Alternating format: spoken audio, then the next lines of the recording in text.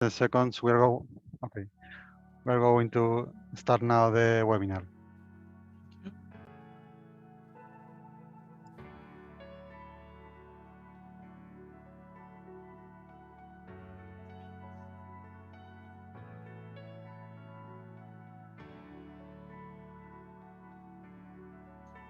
I'm waiting for the music to stop.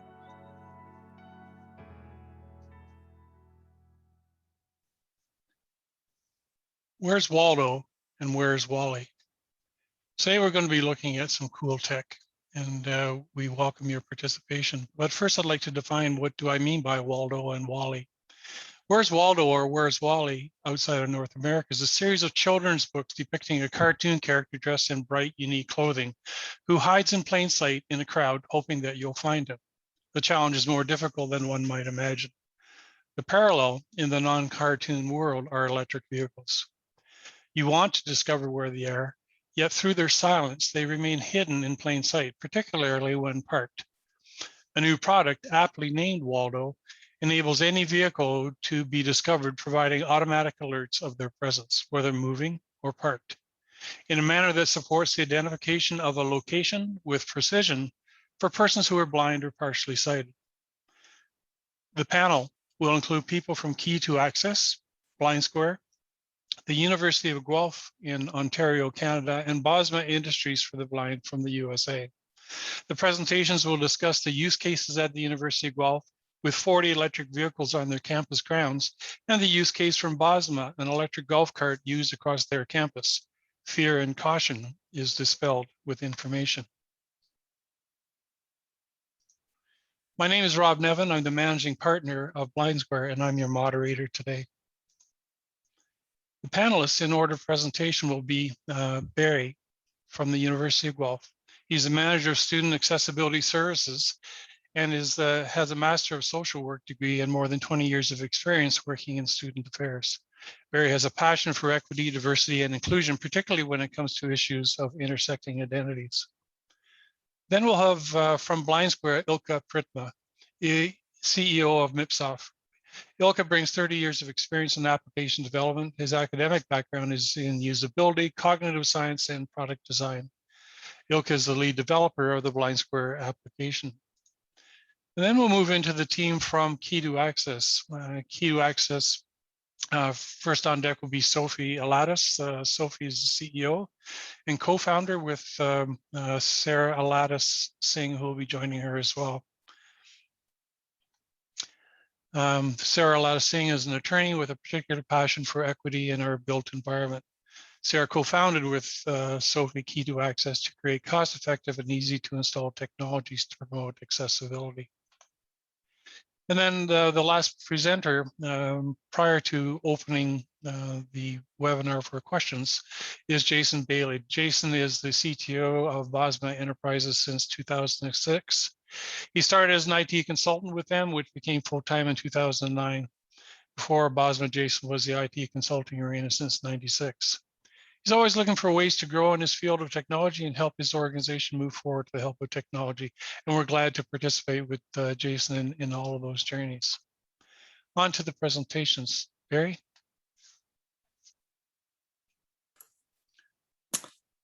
Morning. I'll assign you control one moment. So hopefully I will have control of the presentation as we go through this. Yes. So as you heard, my name is Barry. I'm the manager of student accessibility services at the University of Guelph. And our unit, our role is to facilitate academic accommodations for students. So we're really primarily focused on students' experiences in the classroom and the degree requirements to complete their program. But because we work so closely with students with disabilities, we're often approached to help facilitate conversation about their needs more generally on campus. On our campus, we have about 24 students who are blind or low vision. And so these would be people who would be using the technology that you're going to hear about this morning. And let's just see if we advance the slides here.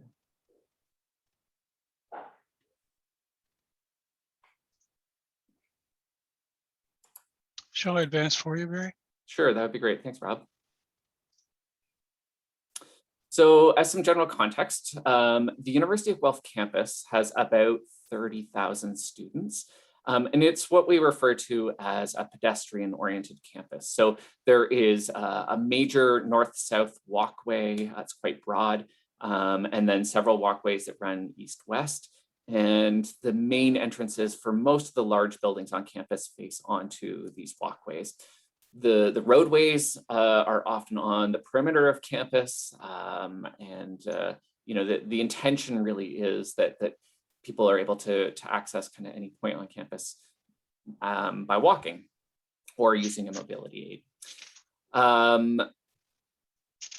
This creates some interesting challenges when it comes to, you know, some of the people who support the infrastructure on campus, because we have many people who work in physical resources who support, you know, maybe it's what we call a building mechanic who might help if there's a leaking pipe or a problem with an overflowing toilet or an electrical problem. You know, there's, you know, we have about 200 buildings on campus, and so they're at any given time that there's always things going on with the buildings that need attention. And those staff are sort of distributed across campus and need to sort of efficiently move from one building to another. So they frequently have time-sensitive things that they need to do. And so that movement around campus is kind of a key thing for them. We have this fleet, as you heard in the introduction, of about 40 electric vehicles. They are relatively small and efficient. Some of them are set up there. If you know what a golf cart looks like, they're kind of like a golf cart. Some of them have sort of 2 seats in the front and then maybe 2 seats at the back. Some only have the front seats and then have like a container at the back where, you know, equipment can be stored securely. And one of the key differences from a service vehicle or a golf cart is that they're sort of fully enclosed. Here in Guelph, you know, we do have quite a bit of snow and ice in the wintertime, and it does get quite cold. So just sort of for efficient use of the vehicles, they're enclosed. And let's see if we can move on to the next slide. There we go. So in terms of the problems that we have, these electric vehicles, they do, you know, the way that they access campus in order to just be efficient is that they use these sort of broad, wide walkways to get from one building to another. So they are shared walkways, you know, so in order to get up and down across, you know, if they are crossing a roadway or a parking lot, there are curb cuts, sometimes there are ramps that they use. And so they're sharing the space with pedestrians. The vehicles are equipped with a auditory sound. It is not super intrusive because it would be, I think, probably quite painful to the campus community if they were really piercing. But certainly, you know, you can perceive them when they're within sort of a reasonably close proximity. And I will talk about some of the problems with that in just a second, but that there are some limitations to those sounds because you can't really hear them from a great distance. As you can see in this photograph, this is Branion Plaza, which is at the center of campus, and this vehicle is stopped momentarily in front of a walkway, sort of in that main plaza area. You know, the drivers often do try to find a discrete place where they can tuck themselves out of the way. But they still end up being parked sort of somewhere in a walkway. And so if you can't see that vehicle, it's something that, you know, you may run into because it's not usually there. We do find that the drivers are incredibly courteous. You know, they make a lot of eye contact with pedestrians. They often wave. You know, they're very friendly. But, you know, making eye contact depends on being able to be seen and perceived that way. And of course, we do have some difficulties as well with sometimes pedestrians are using earbuds, sometimes just to listen to music as you travel across campus, sometimes because you're using the technology to help guide you. And so you may not, again, be able to hear the sound that emanates from these vehicles because you're using earbuds. And we'll move to the next slide here. This photograph here is the first response team. So this is another example of the carts. So the first response team is a team of trained medical first responders. So in the event of a medical emergency, of course, we do call in the ambulance from the local ambulance service, but the team often can respond more quickly. So they're frequently the first ones on campus. They carry heavy backpacks. They do run across campus as well, but sometimes, when time is of the essence, it is helpful to just be able to hop into one of these vehicles and sort of quickly make your way across campus. So the reason that we ended up sort of having the conversations that you're going to hear about this morning is we had it started with one student in particular, although there were others who got on board and helped us understand some of the difficulties here. And it really came from, we started with a small number of vehicles, and so it was less of a problem. And then as that number of vehicles in the fleet grew, we started hearing more concerns. And it was often things like students being surprised or caught off guard if a vehicle is approaching them especially from behind. Sometimes that could be really disorienting. There were safety concerns, again, if you might stumble into a vehicle that's parked that you don't know is there, or even if one comes up behind you and it catches you off guard, it can be quite surprising and alarming. And part of the way that we work, the sort of established protocol assumed that people were sighted, which we know is not always the case. And so finally, my last slide, the request that we had was, can we come up with a solution that will help to make it easier for students student staff and faculty, but my area is specifically focused on students, that will make it easier for people who are blind or low vision to perceive that these vehicles are out there and in the general vicinity where they are. We were hoping to be able to build on the growing success of Blind Square. It's widely deployed across our campus, both indoors and outdoors. The people who use it really appreciate it. It helps them a tremendous amount. And so I'm now going to pass it along so you can hear a little bit more about what Blind Square is and what the technology is and how it works. Barry, that's excellent. And when you were saying about the temperatures that need to be considered here in Canada, where we can go from mid 30s to the minus 40s at time, that was a design consideration. But it occurred to me also that any device used in the solution needed to be weather ready. So when it comes time to hear more about this from a hardware perspective, maybe we could explore that a little bit too. And thank you. Ilka, I'll move remote control to you. If you have trouble with it, let me know and I can simply advance as I did with Barry. Yeah. So thank you. And I will tell you a bit more about the Blind Square and how it is related to Waldo. So I'm a CEO of Mipsoft.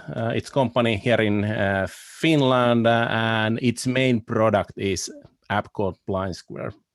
And I started to develop it 9 years ago, and it has grown pretty nicely since then. But our goal has always been pioneering accessible navigation. So what it means, pioneering accessible navigation indoors and outdoors. When I started 9 years ago, what we had then, we didn't have digital maps. Map data was not available as it is in now. So for example, OpenStreetMap data is really great today, but it was very different days back then. And GPS devices were used where you just could record one location and then you would know how far away you are from that location. So sharing point of interests, and then you can think that, okay, accessible navigation is turn by turn. So it is something that you use Google Maps or Apple Maps and it tells you a route, but still it is lacking some features. So it is mainly done for the sighted people. So if it tells that turn right, how do you know where the turn is, etc. So I think it is not the solution. Also, we need something more. And when it comes to bus stop, how do I know what bus is coming?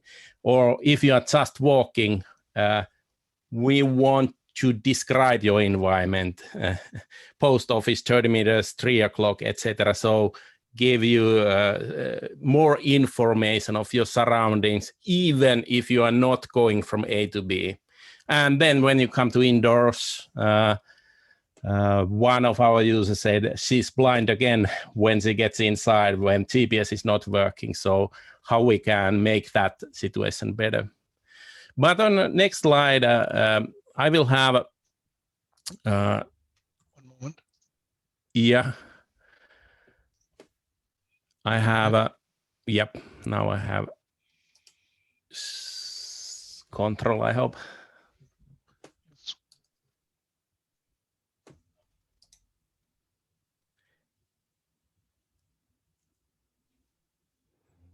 Yes. So now I briefly explain how Blind Square knows. So it knows where you are from GPS, from compass, maybe iBeacons indoor, maybe Apple indoor when you are in an airport. There are a lot of sources on your mobile phone.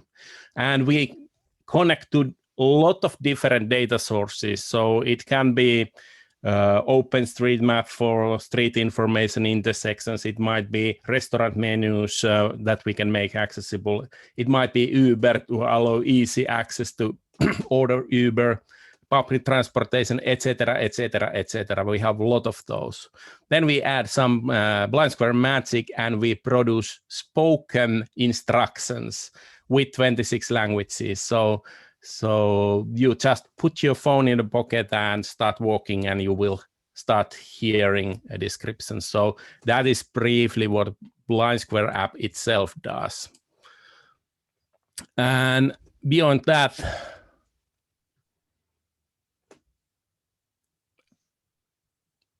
Rob, maybe you take control of the slide. So yeah, we know that there is a certain problem. Electric cars, they are silent, and cars inside airports, they are also silent.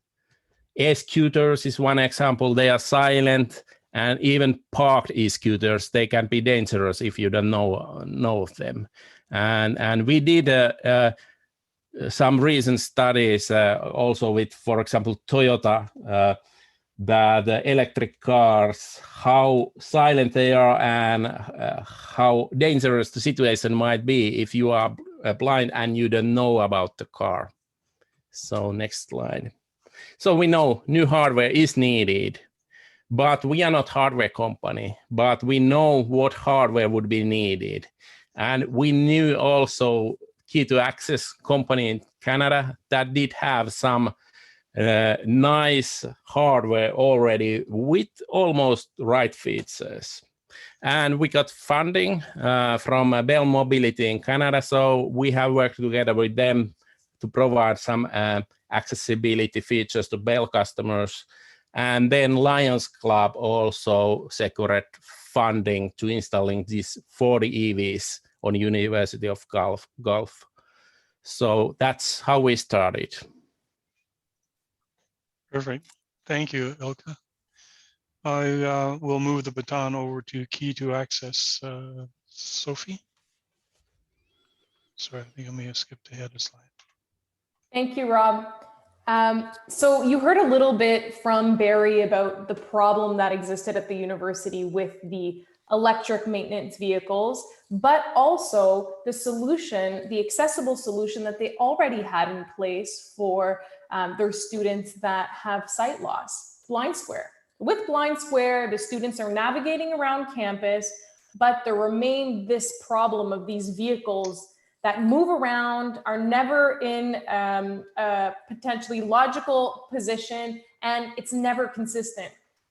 As Ilkka explained, enter our piece, the hardware solution that integrates very nicely with the Blind Square solution to really be a one cohesive experience for the individual on campus. So as Rob explained, Waldo, the name is a nod to those children's books, but it stands for Wirelessly Accessible Location Detection Object.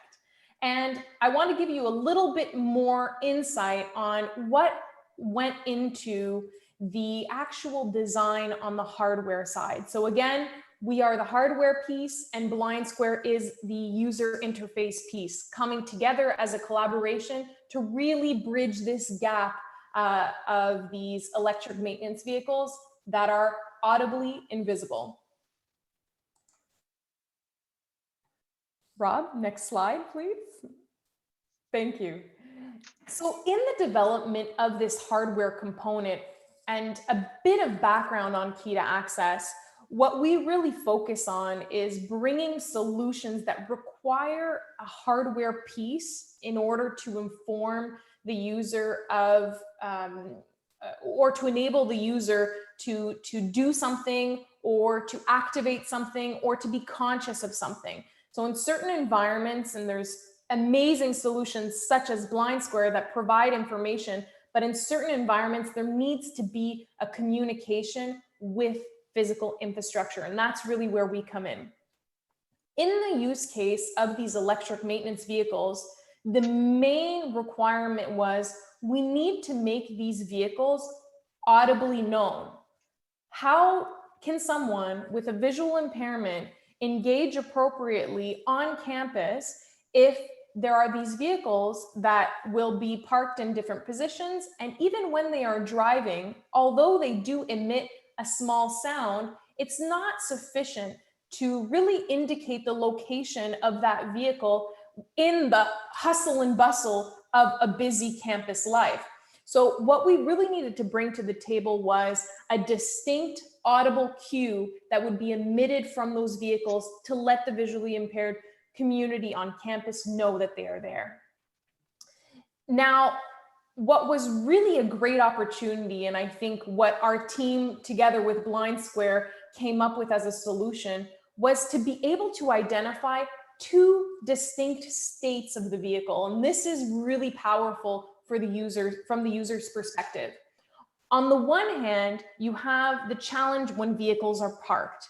Being parked, as Barry described, sometimes in walkways because there's an emergency and that vehicle needs to be there so that the maintenance team can do what they need to do. Now, that obviously becomes a potential roadblock and becomes a potential barrier for someone trying to get from point A to point B that takes the same route every day, and for some reason today, there's something in their path.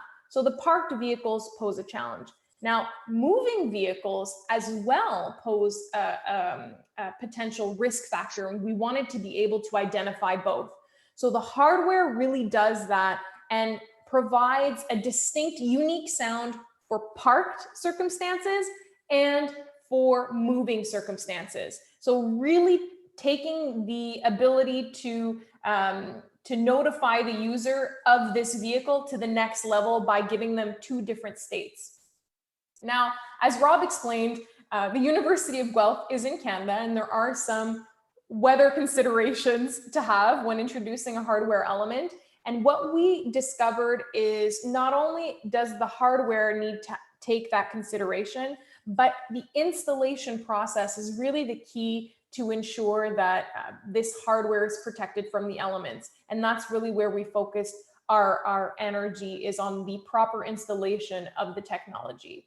Now, in order for this to be a viable solution that can easily be propagated in our client's environment, is it has to be a plug-in solution. It has to be something that can easily be retrofitted to any vehicle, no matter make and model, and really be, plug in and go. So that really was the basis of our design, is to make it a simple add-on. And finally, and most importantly, the integration with Blind Square, making sure that the hardware speaks to the Blind Square user interface in a way that is similar to what users are already used to. So it really becomes this added feature on the Blind Square interface that really takes the service to the next level in the circumstance where there is a moving vehicle nearby. I will be passing the floor to Sarah, who will give you a little bit of a breakdown of what the experience is like with Waldo in play. Thank you, Sophie, and good morning, everyone. So to really explain how Waldo makes a person's environment easier and safer to navigate, I'd like to walk through together a person's experience using this patent pending approach to really see how it addresses the problems that we're discussing today. So when a blind square user comes within the vicinity of a vehicle that has Waldo installed, they'll be alerted directly on their phone that they're in proximity to this vehicle, and they'll also receive an audible cue from Waldo itself. If the vehicle where Waldo is installed is parked and stationary, they'll hear a single automatically played audible cue. It's almost like a ding sound. And then if the user wants to replay this audible cue to help further situate the vehicle, they can choose to replay it on request as many times as is helpful to them by using a button that is directly presented to them on the Blind Square app. Now, if a Blind Square user walks in the vicinity of a moving vehicle that has Waldo installed, they'll also be alerted on their phone about the presence of the vehicle and that it's moving, but the response from Waldo will be completely different. When a vehicle is moving, Waldo will begin playing a continuous looping sound, so that the Blind Square user is not only made aware of the heightened risk of being near a moving vehicle, but also, and importantly, the constant sound helps the user determine the direction of travel and also whether the vehicle is approaching him or becoming more distant. Also, the user will get confirmation that he is no longer physically near that moving vehicle when the sound stops altogether. Another important element of the Waldo experience is that we're able to offer sound that is loud and easily discernible without the concern for unnecessary noise pollution, because all sound is triggered on an as-needed basis versus a constant noise emission where volume often has to be compromised because sound is playing all the time. And another main objective for us was to develop a really fluid technology that can be easily adapted to many use cases, because as Sophie will discuss next, there are many technologies in our world that could benefit from more quote unquote visibility. So for this, we made the range of Waldo's signal strength totally adjustable so that it can suit many different kinds of scenarios. So for example, if in the case of a vehicle, we might want that detection to happen from pretty far away. However, if we're taking an escalator, for example, we might want to cap that signal strength to a little closer to that object. And we also added a means of adding totally custom sound files. So for the electric vehicle use case, we worked with the Blind Square team on determining what would be a meaningful and recognizable sound for electric vehicles. And so it was important for us to have a single technology that can be adapted to incorporate different sound files according to what best suits that use case. So whether it's saying spoken words or recognizable sound, this fluidity will really allow a single technology to do what's most helpful in a given setup. And another neat thing about Waldo is that each unit also has an embedded iBeacon, and so also has the possibility of being associated with specific messaging should that feature ever become useful and meaningful in a given use case. And as I've been alluding to, and Sophie will explain in much better detail, Waldo can be installed in a myriad of different vehicles and equipment to try and foster a bit more of a consistent response, even in notoriously inconsistent environments. So Rob, if you could switch to the next slide. Thank you, Sarah, for the wonderful explanation of really how Waldo works from A to Z. Now, as you alluded to, this is just the beginning of making these audibly invisible objects known to the visually impaired community. And this really, the electric maintenance vehicle is just the start. There are many objects all around us that could really benefit from an audible cue. And as Sarah mentioned, an audible cue on demand. Because one of the things that really we identified as a problem with the audible cues that exist built into things like electric maintenance vehicles is that they almost become background noise because they're on all the time. There's no sense of alert or really notification of what is this sound correlated to? What is this sound warning me about? So everything from, you know, the carts in the airports to, and we're going to hear from Jason shortly, to forklifts in warehouses, as well as escalators, notifying someone, is the escalator going up or down, or is it out of service? All of these things that have changing states, moving, parked, up, down, really being able to communicate that live to someone that is on site is really what we're trying to accomplish here. And I think what's especially powerful about this particular panel is we are an example of industry, customer, and players in the accessible space coming together to solve a problem and really working to all of our strengths to do that in the best possible way for the end user. So at Key to Access, we really believe that collaboration is the way to create meaningful change. And we're really proud to be a part of this group of people that are coming together to bring a solution to these audibly invisible environments. Thank you, Rob. That was excellent. Thank you. Sarah, if you don't mind, I'm going to pose a question just to fill a spot in my thinking here. We talked earlier about being weather ready, and it occurred to me that when I see the slide of vehicles outside, we also need to concern ourselves with being having the technology be salt hardy. And I know in both cases that's covered by Key to Access, but I wonder, Sarah, if you could just spend a couple minutes and explain how that is made true, and in particular that it's so certified, not just an opinion on our part that it's ready. Yeah, absolutely. So yeah, as you mentioned, because we're going on vehicles, weather was definitely an important consideration. What we still suggest is if there's the possibility of housing relatively on the interior, that's always the optimal setup. But we do have the possibility of completely cutting the actual equipment so that it's absolutely waterproof. And another important thing to mention is the weather rating of the device. It was tested at ranges of minus 40 Celsius to plus 40 Celsius. So, and back and forth. So again, the apocalyptic weather that I hope we'll never see, it survived. So we're good to go on that front. That's perfect, and thank you.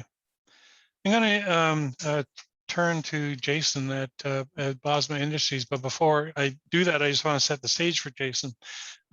Jason is an innovator. He likes dealing with cool things. And when we first approached him and said, hey, you want to do something with us on some cool technology? His answer was yes, before he even knew what it was, because cool is the operative word.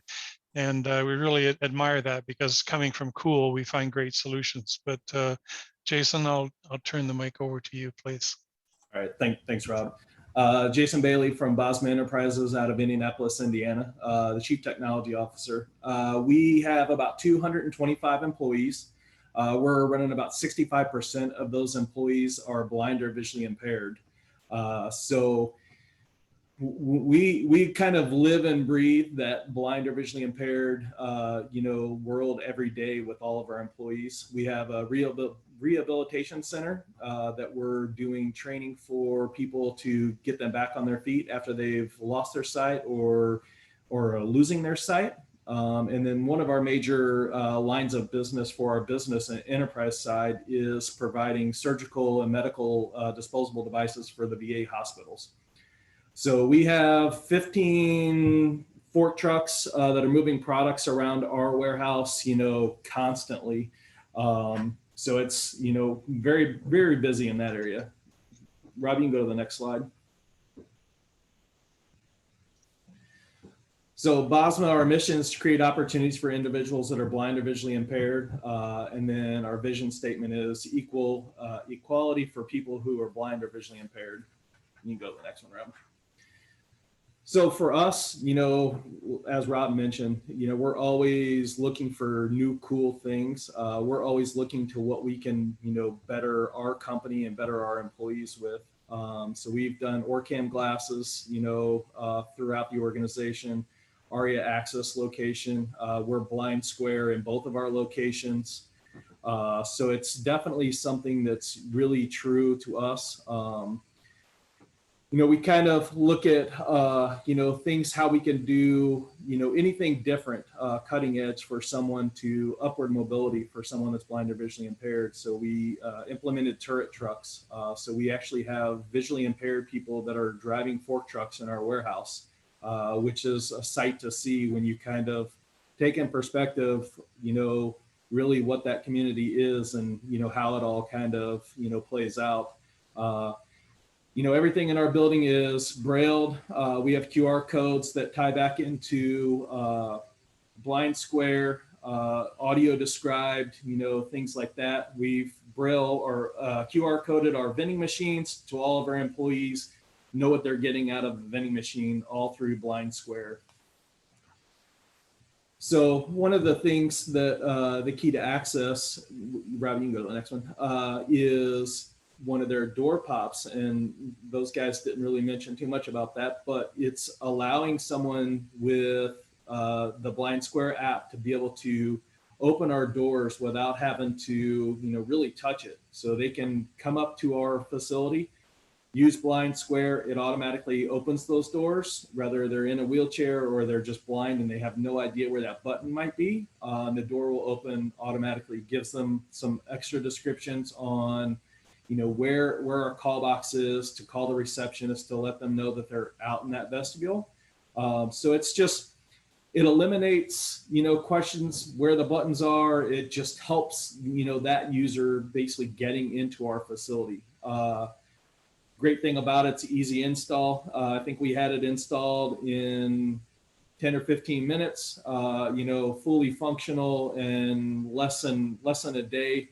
With Blind Square. So, I mean, it's very, very easy to, you know, do. And, you know, it's just something for us. We're, you know, like Rob said, we're an implementer of the Blind Square itself, but it gives us more things that we can actually sell on top of the Blind Square service itself. All right, Rob, you can go to the last one.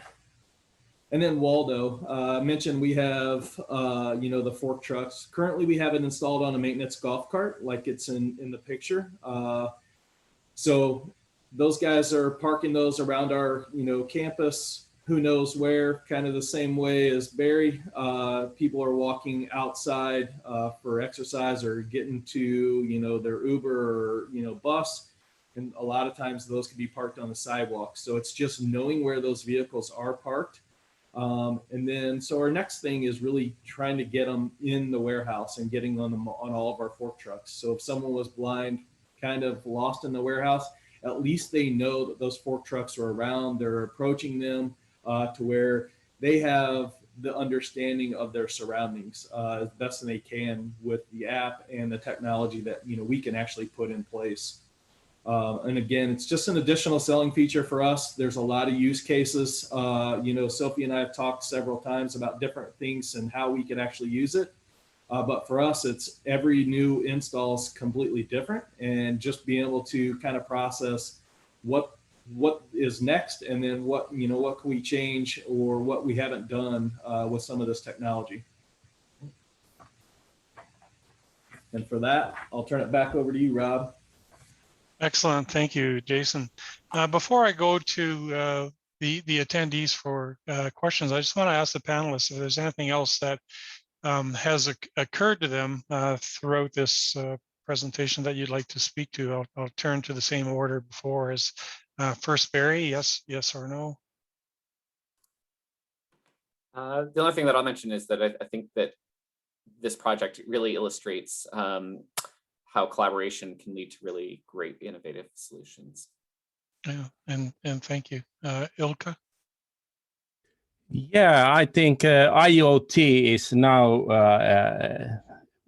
very much in talks, and this is our way of doing IoT in an accessible world. Perfect. And Sophie and Sarah? I think the only thing that I would add, and thank you, Jason, for mentioning this idea of, you know, the creation of Waldo as a collaborative solution that works with Blind Square is, from our perspective, just the beginning, in the sense that we also have the open up solution, which is the door pop that Jason described, that allows users of Blind Square to open the door from their phone as well. So really the idea here is to make it a one platform that someone is already comfortable with and already using for all the amazing features that Ilka described, but just allowing it to communicate with infrastructure, whether that infrastructure be the door, whether that infrastructure be an electric maintenance vehicle, a scooter, an escalator. That's really where key to access comes into play, the infrastructure tie-in, but bringing it all back to that one platform, making it easy for someone to use without having to switch from one platform to the next. So I think that summarizes a little bit what we're trying to accomplish here. And I just want to echo what Barry said of we wouldn't be able to get to this point had we not all worked together, from, you know, Jason testing it in his lab, giving us great feedback, giving us great recommendations, to Barry illustrating the problem, giving us really insight on what his students are experiencing, to the expertise of Blind Square with Ilka and Rob. So really, I think we have a dream team here, and it's a pleasure to be a part of it. Sarah? Yeah, I don't know if this would be of any interest to the team here, but I do have a Waldo set up right beside me, and I could take 30 seconds just to show how it works. Please. All right, so right now I have a Waldo beside me. It's about the size of the palm of my hand, and it's currently stationary, mimicking stationary. So I'm just going to open the Blind Square app.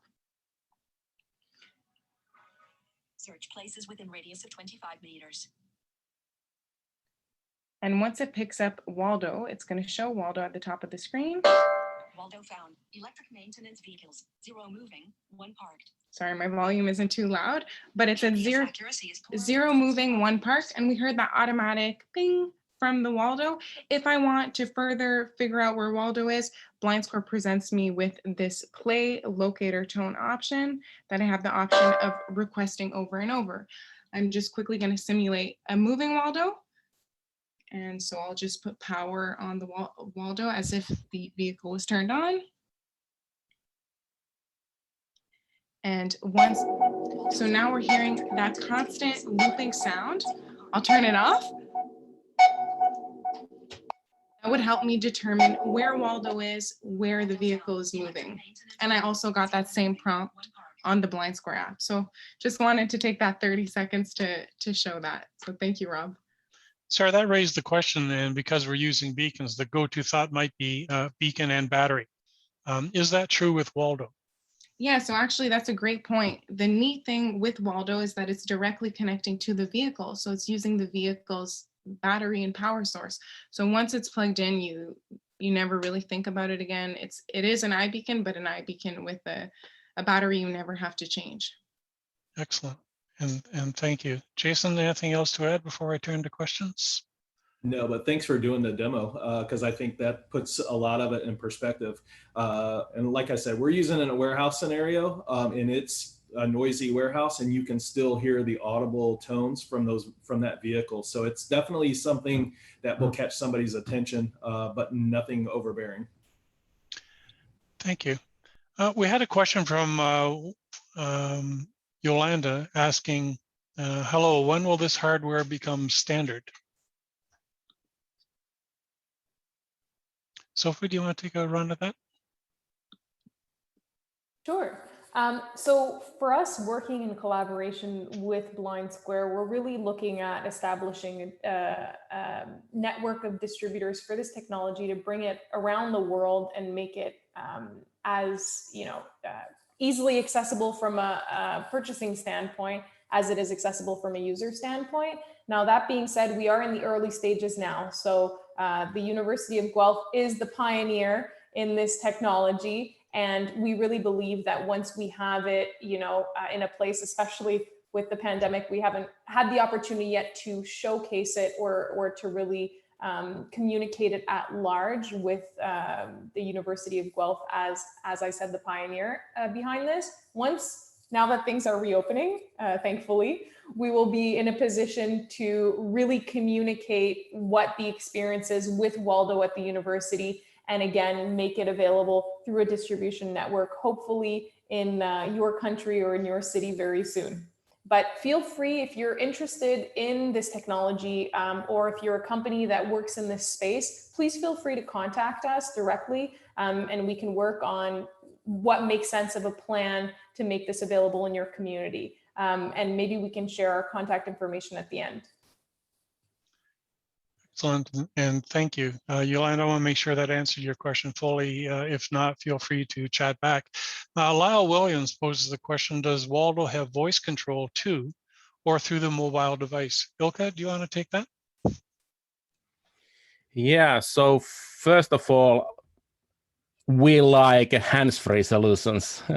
So whenever Blind Square is running, it is important that you will get notified of nearby vehicles. And then, for example, for part, we play once that sound. So you can imagine, now you heard it quite loud, but if one is 10 meters away, second is 20 meters away, and each of them play that sound, you will then get a nice view of where those parked vehicles are.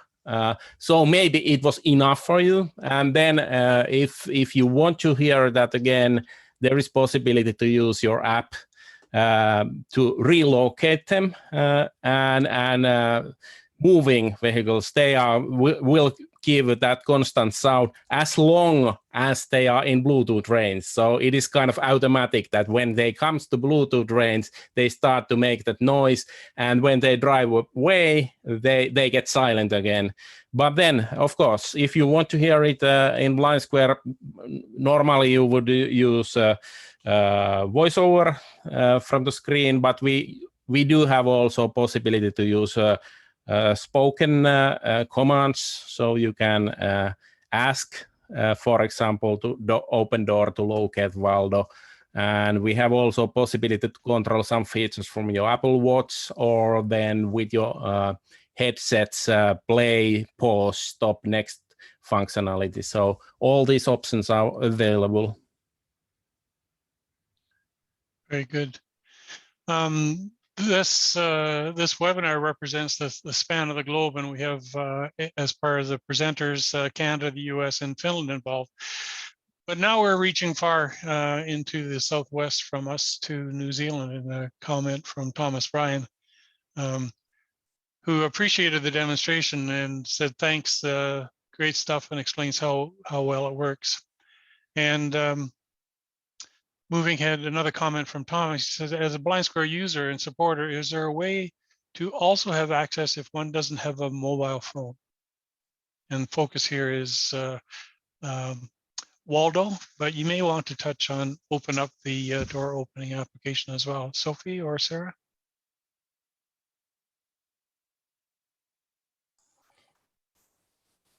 Yes, I can take this question. As it currently stands, it is, from a user's point of view, a mobile-based solution. That being said, it is on our radar to potentially introduce a fob-like option for folks that may not have a smartphone. The way that we see it as well is we want to make sure that the technology, answers the needs today, but will be in a position to grow as technology continues to evolve moving forward. And looking to the future, we do believe that smartphones will be, more and more prevalent in the community, and that the user interface needs to be primarily a mobile app-based solution. That being said, we have considered a fob option. We are not there yet in the development of it, but it is on our radar and it is on our roadmap to introduce that. But like I said, I think our vision is that if that fob is introduced, eventually it will likely no longer be required as technology continues to move forward and be more prevalent. Thank you. For the benefit of Roselle Sisson, who raised his hand, or her hand, I'm sorry, I don't know the gender, looking to have an open mic discussion. The way that this webinar is constrained, as are all webinars for the WBU, it's chat only, probably to manage the conflict of many voices. But Roselle, very happy to invite a dialogue offline. We're waiting for a translation from Yolanda again, but pausing that. Another comment from Roselle. First of all, good morning from the Philippines. Beautiful. I just want to commend this app. Living in a country where blind people walking in the streets are unusual, it's very empowering. I just want to ask, sorry, my screen's flipping around. I just want to ask if there are plans to make it globally available. Sophie, do you want to take that?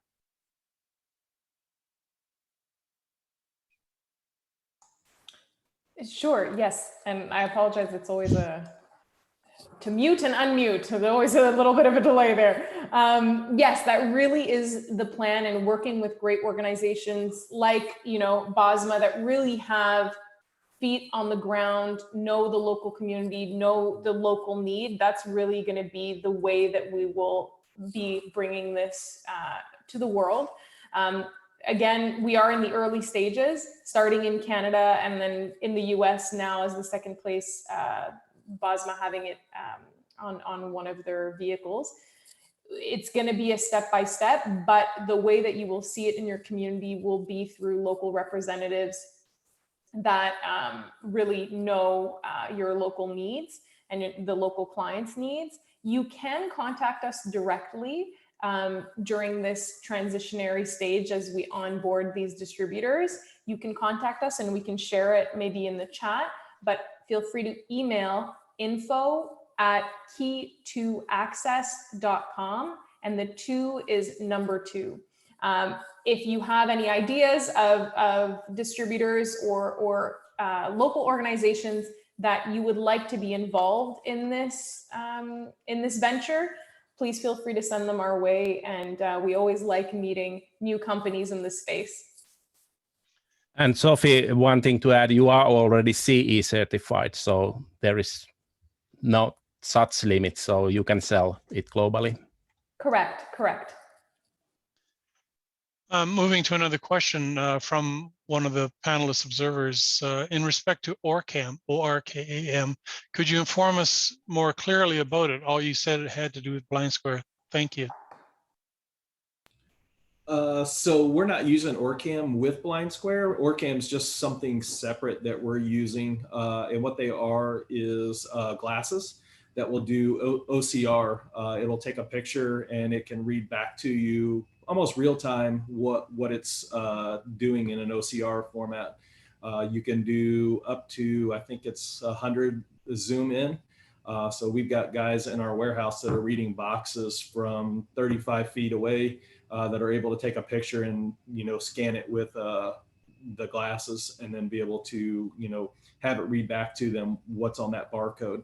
We also have our receptionists at both of our buildings are completely blind. And we use the ORCAM reads for them to basically read the mail. So as the mail's coming in, they're able to just scan. It's basically just a small, almost like a small flashlight, scan the mail, and it will OCR back to them exactly what, who the mail's from, who it goes to. London, thank you. There's another question from a panelist. Hello, can you use Waldo with a computer? Bilka, do you want to take that? Yeah, I was thinking what would be the use case. So certain have also Bluetooth, and actually with MI Mac that can run an iOS application, I would think that it would be possible. But I think this would go from the use case first. So when there is a need that, hey, this computer needs to activate this Waldo, we can make it happen. Currently, there hasn't been such need, so mobile has been enough. Jason, just reflecting back on your answer on OrCam, I think that's very typical of you and of Bosma to explore and utilize new technology in the most effective ways. And I would invite the correspondent there to reach out to you in the event that they had more or related interest. Yeah, Still backed up a little bit on our translations to the translation team from Eddie Lemaire. Two questions from Eddie Lemaire. I believe Eddie is asking if it could be used with the watch. Sorry to interject there. I think it's in French. Oh, there you go. That's the beauty of having a bilingual team, which doesn't include me. Ilka, do you want to take that, please? So I think the question was, can it be used with lifts or elevators? Was it Google Translator at least gives? But what was the question? Can you use it with Apple Watch? With a watch, yes. Our watch is actually an user interface for your iPhone. So currently we don't have again as a button on a watch, but that's a really nice idea. So I think it is worth doing. So it is more of the question of the use cases and also getting these ideas. Now that you say, I think it really would make sense to have possibility to recall locations of nearby parking right from your wrist. And the latest Apple devices, latest Apple watches, they actually do have a Bluetooth in them. So key to access, maybe that is something we need to study. Could we make this watch-only solution? Another question from the Philippines. In relation to the query a while ago, are testers accepted in order to determine if distributing the Waldo within that country is good or efficient enough, considering this societal perspective is quite uneasy towards PWD? I'm not clear on what PWD was, but I'll turn it to the team. I can take this question, Rob. I don't know if we've made it clear thus far in our answers, but I think I speak for Key to Access and Blind Square both when I say the development of our technologies is based around our experience with user test groups. So this is really key to us continuing to evolve and grow our offerings and making sure that we're providing as best a solution as possible that answers the need, whether it be an overarching need or a more customized local need. So yes, the answer would be yes, contact us. We'd love to hear from you. Really, that is our bread and butter, is working with communities. Like we did with the University of Guelph. Had it not been for them, I know Key to Access would not have been aware of this problem. And so it really is starting with the community that these solutions come alive. Thank you. And Roselle provided the definition of PWD as persons with disabilities, and thank you for that. Thomas Bryan, again from New Zealand, is saying or asking, Waldo was mentioned in the possibility for identifying e-scooters. Have you undertaken any testing? If so, would Waldo need to be powered from the scooter? Ilka or Sophie, Sarah? So I can take this. This would be great device for that, because this is really low power consumption device. So it would be powered from the e-scooter battery, certainly. And then when you start moving, it would start powering ignition, which is now instructing the device to give information. Hey, I'm moving. So we have not done that yet. We have been contacted with some e-scooter companies, etc. So we think it would be great solution, but we started with this university with this 40. Sarah, I can jump on to add one other point, and that's in the consideration, does it need to be powered off the scooter battery? Ilka answered that very well. But that same question came up with respect to connecting it to the electric vehicle. Is there any possibility that this would be a draw on the power of that battery that could affect the unit when parked? Sarah, could you answer that, please? Yeah, sure. So I'm not sure if everyone listening in has ever seen an actual iBeacon. The Waldo acts in a really comparable fashion. It's constantly emitting Bluetooth broadcasts. If you look at an iBeacon that can last, you know, a couple of years, they're usually powered by a really small coin battery. So I'm just using this illusion to give an idea of really what the power draw is. It's a really minimal power draw, as Ilka stated. And also the neat thing with rechargeable vehicles is that they are constantly being recharged because they are electric, but the battery going dead because of Waldo being plugged in is not a concern. Again, drawing that analogy with an iBeacon and how minimal that power consumption is. Perfect, and thank you. I see no other questions being posed. We'll hang on for a moment here just in case there are any more. But given the subjects have spread a little bit through this Q&A dialogue, is there anything else that has come up in the minds of the panel?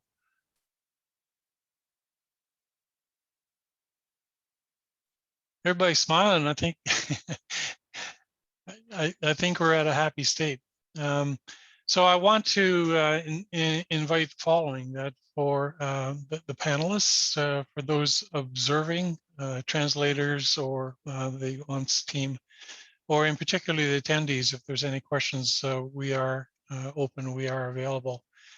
We have particularly enjoyed this on behalf of the team here, and thank WVU and all and sundry for the opportunity to table this webinar, and we look forward to the dialogue continuing.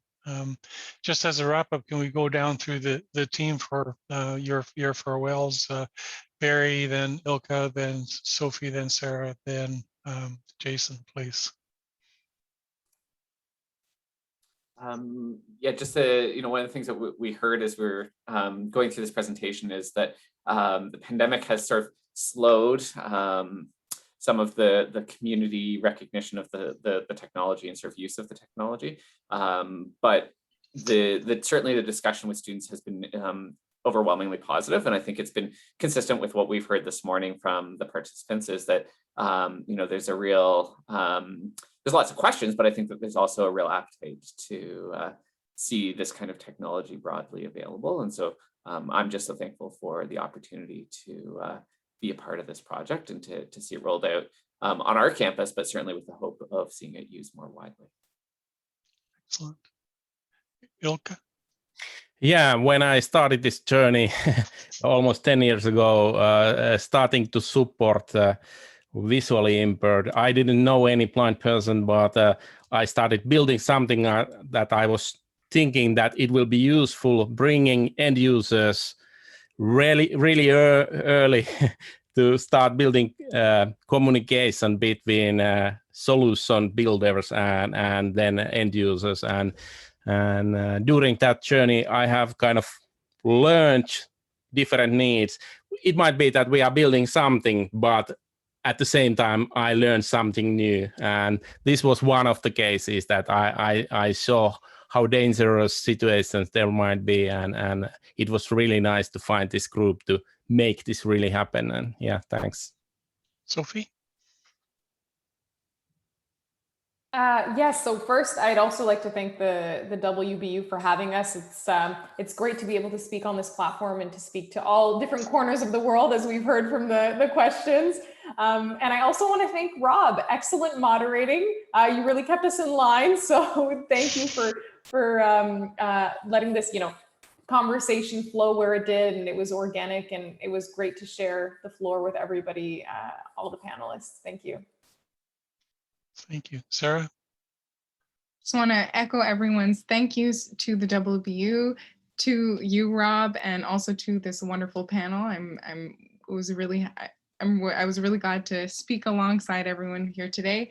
And I do really look forward to this technology extending into real life and real life use cases. I'll speak for myself. I am a sighted person, but honestly, these vehicles are so silent that I think this use case could extend to more than people who are low vision or blind. So thank you. Rob, just one thing before I forget, I think maybe the best way for everybody in the audience to keep up with where this technology is and how it's progressing and potentially available in your community is just visit any of our website or potentially the Blind Square website. So key2access.com. We're going to be listing our distributors there, as well as any major developments in the technology. So that might be a good place to start if you're looking for information in the future. Excellent. Jason, I don't want to leave you with the impression that we're leaving the best to the last, but yeah, I knew that wasn't the case. I just wanted to say thanks to this panel, Rob. Appreciate it. Any opportunity we can work together. I'm always for that. It's been great working with Sophie on this project, working to try to find some real life scenarios, for those guys. They have them on a campus. It's different. We've got people walking around in a warehouse, and it's completely different, very similar, but, kind of scary. And, Sarah's, mindset is somebody in our warehouse is walking around and could possibly get hit, whether you're sighted or, blind or visually impaired, it's still going to hurt. And anything that we can do, to help that out, we're technology junkies here. So definitely, anything that we can do. You can visit us on our website at www.bosma.org. And you can get a hold of me at jasonb@bosma.org. Be happy to answer any more questions that, pop up. that's excellent. And thank you. We're getting compliments from the attendees, good stuff, and thank you. And Barry, right on top of the game as usual, he's putting in the links that were mentioned in the chat session. So at that, we'll bid our farewells, our thumbs ups to all, and we wish you a great balance of your summit. Take care, folks, and thank you. Thanks.